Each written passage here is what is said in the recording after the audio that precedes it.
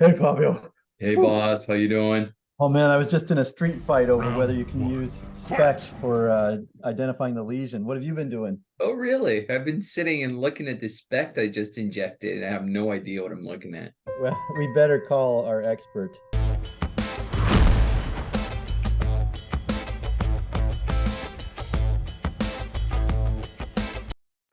Oh, Hey, yeah, Hey, welcome hey, back. Leah.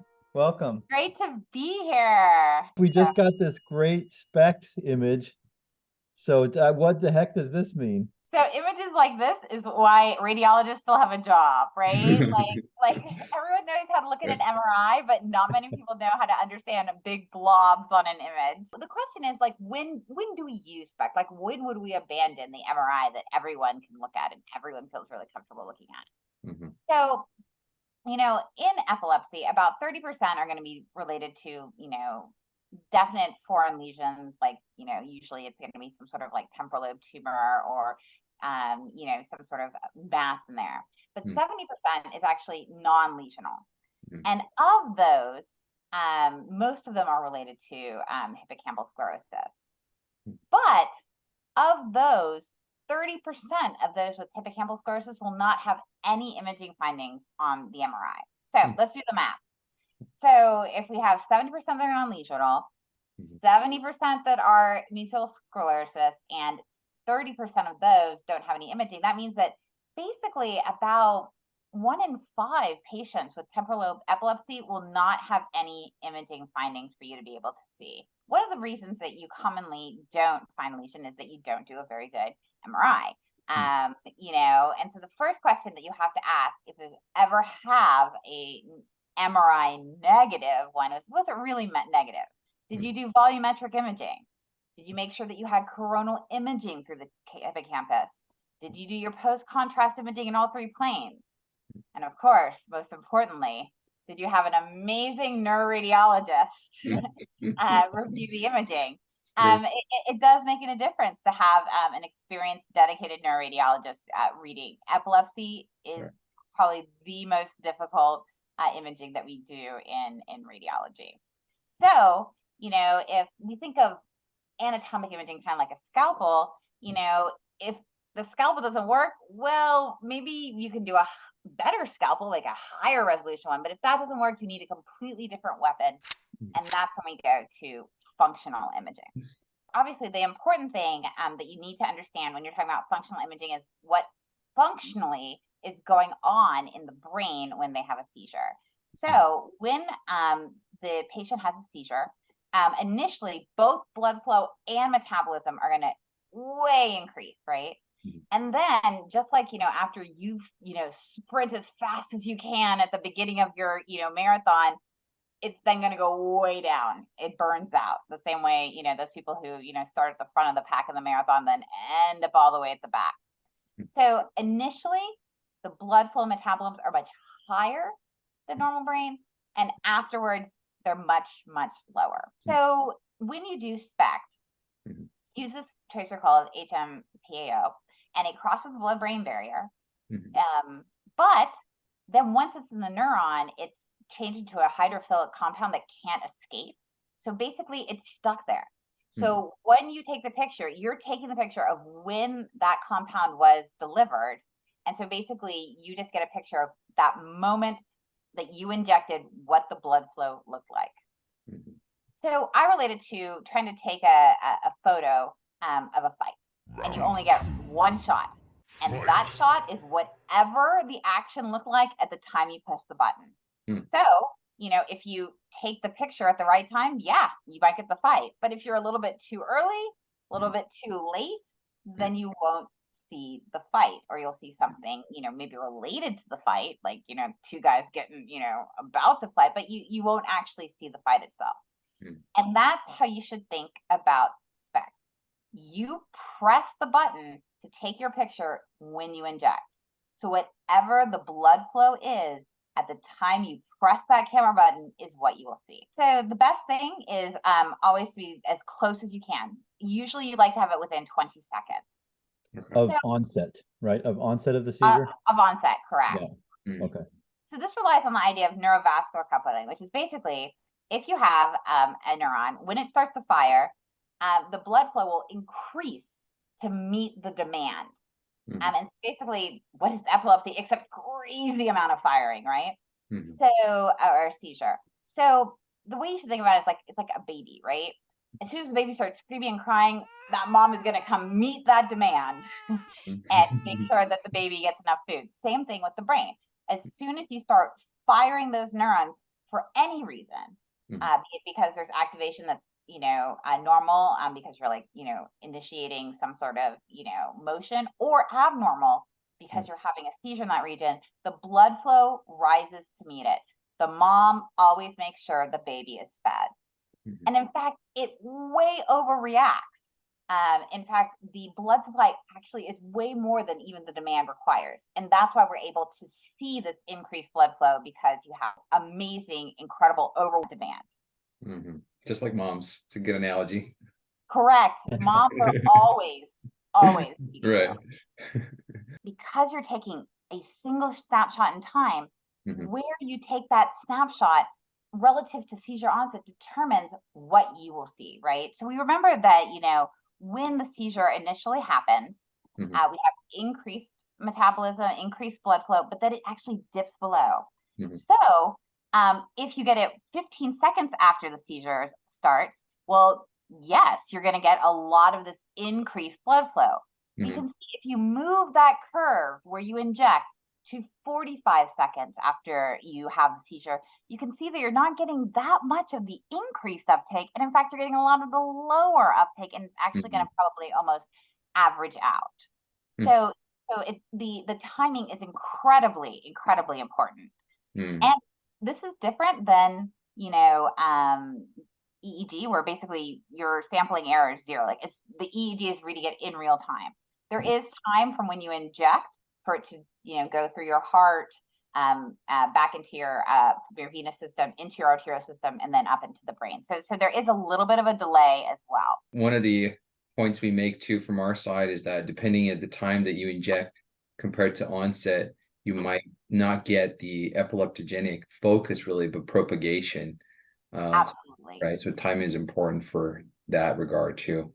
Absolutely. So here you can see that this person, they had it, 45 seconds after onset, and you do get kind of this increased metabolism, increased blood flow here on the right. But here, if you see this one, 60 seconds, you don't see anything.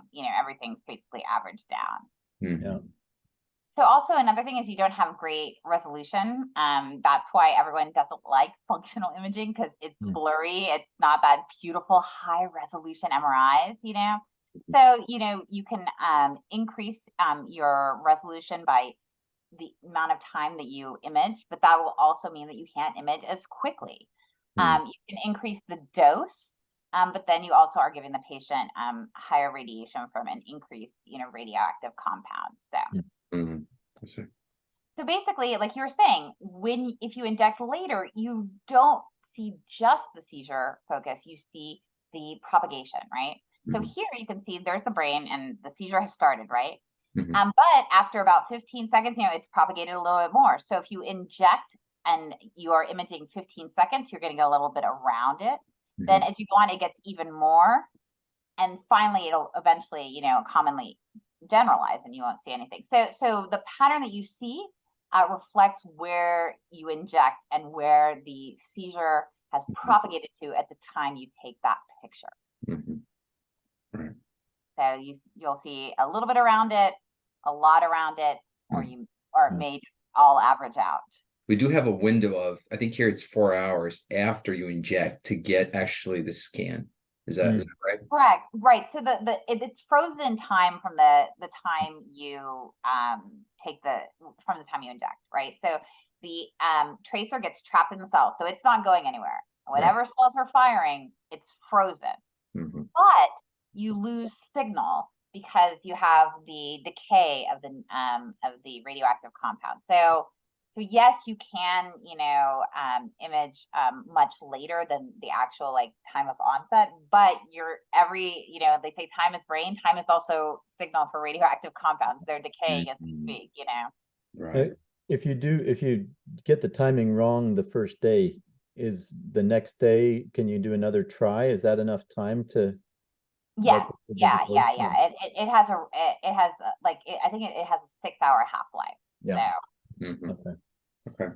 And is there any difference, Leah, as terms of where the onset is and the images that we get? Meaning, if it's hippocampus, we don't see as well. Where if it's more cortical, we see it better in the scan, or not really? yeah, so it's actually interesting that there are different patterns that you tend to see, and it's actually, you know, kind of similar to MRI. Frontal ones are the most difficult to get a very clean focus for. Okay. Why is that? Is that a blood flow issue or just some limitation in the imaging? I think it's more of a blood flow issue. I think the imaging is kind of the same. I think that I don't know, it's you would know better than me. I think it's the propagation maybe faster in that region. So that's why it's difficult to get a nice, really clean image. Yeah, I bet that's probably it, because the frontal seizures often just really rapidly propagate and generalize. That might be it. Makes sense. Yeah. And then how does you might be getting to that too in a little bit, but how does the interictal work? You just make sure they're not seizing and then you just inject whenever? Correct. So, Okay. And you also want to make sure they're not having like subclinical seizures and you're not actually doing an ictal injection, right? So that you can get your subtraction images. Right. And there's no way, if the ictal doesn't serve anything unless you can subtract with the interictal, right? So you always need two. You can do just ictal, but having the interictal and doing the subtraction significantly increases your sensitivity. Gotcha. Okay. So as I said, you know, the ictal is not just the actual onset zone, but also the propagation pathway. But usually we consider the place that is the most intense, the place that's red, not the place that's yellow or green, to be the ictal onset zone. But again, it depends on the injection. If you inject later, that one may be, you know, the ictal one may be on its way down, while other propagation pathways are on their way up. So if they don't have a good fast injection, that's not necessarily true. Okay. About 20 seconds after outset, that's when your highest uptake is going to be at the actual ictal focus. And so this is basically the first pattern, is that you had a quick injection 20 seconds after, and your hot space is. The second pattern is that there's been some spread. And so I call this the hourglass appearance. And so usually actually either the hottest focus may not necessarily be the actual eleptogenic focus, but usually it's actually going to be the lesser intense because it's already spread. So if you see an hourglass, it means it's spread and that it's now going to be hotter where it's propagating, and the ictal one will be more on its way down. And so that's what you see with a later injection, is this kind of hourglass appearance. Got it.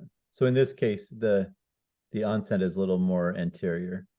Correct. So the green focus is the actual spot of gray matter heterotopia there, and then you can see that it's actually less intense on the SPECT than the propagation zone. So the final pattern is what I call the spilled hourglass. So this is actually the actual propagation, the actual ictal focus, but it's kind of gone everywhere. And this is the pattern I was talking about that we commonly see in frontal ones that make it much more difficult to determine where the exact ictal focus is, or it's associated with a much later injection. So basically, usually what you're looking for is to try to find, you have a spilled hourglass, but to look into that pattern and find the hourglass and then resect to that neck of that hourglass, because that's usually where the ictal focus is. That's really cool. That looks like my patient when we started. Exactly. So you were unfortunate to have a frontal patient that spreads very quickly. And these ones can be even difficult, even with I'm sure your injection was perfect and very well timed. It can be very difficult to even be able to have that clean, like single focus, or even just a regular hourglass with frontal patients. Yeah. Spectacular. That is one of the really interesting things about blood flow in the brain, and we see this all the time with fMRI, is that the side that's not active likes to mimic the side that's active. it's like siblings, right? Like one of your kids is misbehaving, the other one's going to misbehave too, even though like they weren't even trouble to begin with. Mhm. So you do commonly get this kind of mirror image, and it doesn't mean that it's even propagated there. It's just that you get mirror image blood flow from kind of the homotopic, connections of the brain. But you can tell which side it is because the side that's truly seizing will be much more intense. And it's the same with fMRI. When we're looking, you'll actually get a Broca's on the other side, but the Broca's on the true side will be much more intense. Somehow the blood flow is coupled. Correct. Okay. 20 seconds is when you can pretty much be sure that the most intense region is going to be your seizure focus. And time is brain is always a good thing. Time is the seizure focus, right? So the later it's given, the less likely you are to find that exact spot. So when we're talking about interictal stuff, so again, about 6 hours, you may still have perfusion abnormalities. So it's good to wait at least 6 hours to make sure, obviously, they're not having subclinical seizures at the time to do your interictal SPECT. And so usually we say about 24 hours is always a really safe time to be able to do the interictal. And then you can do the subtraction, right? So rather than having like kind of these blurry images, when you subtract the background, then the places that are really hot really pop. So that's when you get your SPECT images that are much easier to read than trying to compare the SPECT one ictally, which is a little bit hotter there, compared to the interictal. If you subtract them, then that region will just pop. And there's a lot of data showing that SysCop makes you much more sensitive than just trying to do the subtraction on your own in your head. Is this a pattern 3, Lea? The spilled? Exactly. The spilled, yeah, exactly. And you can see that they have frontal encephalomalacia, so again, associated with this frontal lobe epilepsy. And the sides are flipped here, right? For the functional in the MRI? Yes, sorry, Okay. they are. So how good is SPECT? It depends on where your lesion is, right? So basically we divide it into temporal and extratemporal. So the interictal, not that great. The ictal is really good for temporal, pretty good for extratemporal. And the post-ictal is also good for temporal lobe epilepsy. So it's kind of a pattern that you'll find in functional imaging is temporal always will do much better than extratemporal, which is unfortunate because the extratemporal is sometimes the more difficult.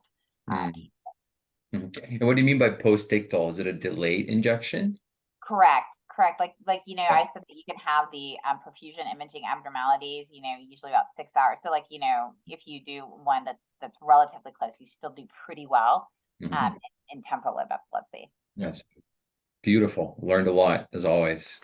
Spectacular. I love it. Thank you, Lea.